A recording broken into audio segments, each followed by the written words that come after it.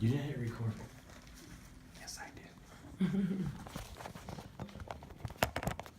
All right. Hello. Hold on. Oh.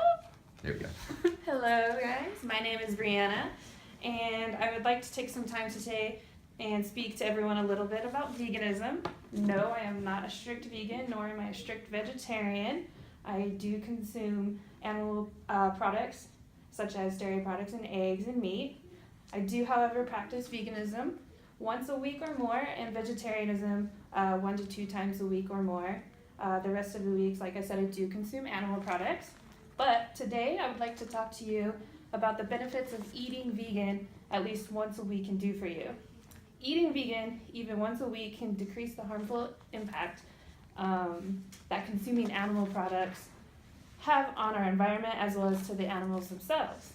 If you can help the environment and animals even just a little without having to commit to becoming vegan or vegetarian 100% of the time, wouldn't you want to?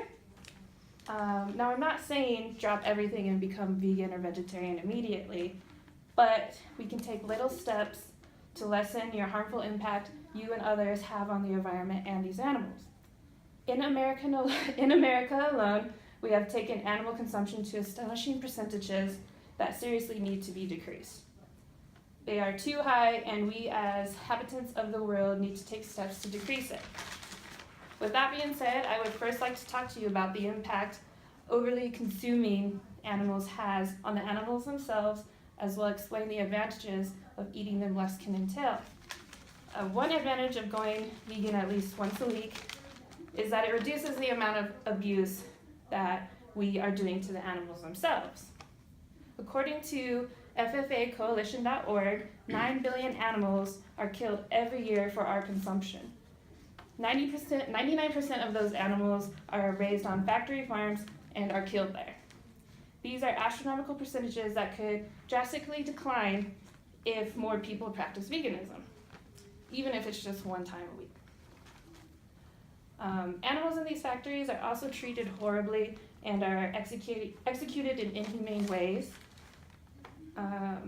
In a large portion of these factory farms, chickens have their beaks clipped when they're very young so that they don't peck at other chickens or themselves, which causes a slowing down of the production, or it just causes them to be killed themselves. But anyway, and then pigs have their tails clipped so that they don't snap at other pigs because of the stress that they're going through when they're on these farms. A lot of the times when tails are left on, the pigs go through a lot of stress and anxiety, so they end up killing each other, which doesn't help anyone. And then cows, they have their throats slashed to kill them, and then they're forced through chutes and shot in the head so that they can't feel the pain. However, there are times when production is pushed to such a fast pace that the technique fails and the cows actually do feel pain before their death. By implementing veganism into your diet, we can reduce the number of animals that are actually being sent to this type of treatment and certain death. By decreasing the amount of animal death, it can in turn decrease the amount of negative impact that is being placed upon the environment.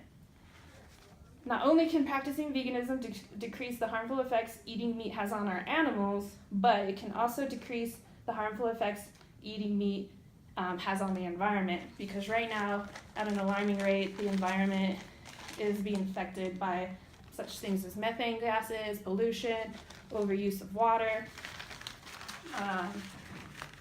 And with that being said, there are advantages of going vegan that will help the environment, so these sort of things are not happening. Like I said, methane gases are being released into the environment, which is very harmful to us and our earth. And this is at an extremely alarming rate, and what we can do to help this is practice veganism once a week, which is helping us to decrease the amount of gases that are being put out by the factories.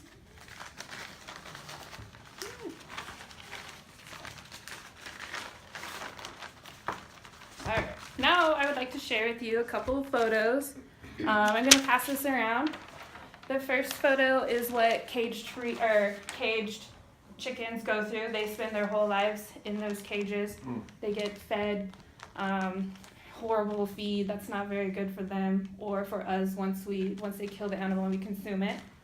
The second picture is going to be one of the farms, and it shows how much waste that they put out into that land. And people live near these pieces of land, and it's affecting their health as well. And it's just creating basically a cesspool of secretion from these animals, and it just basically stays there. It's not being recycled or anything good.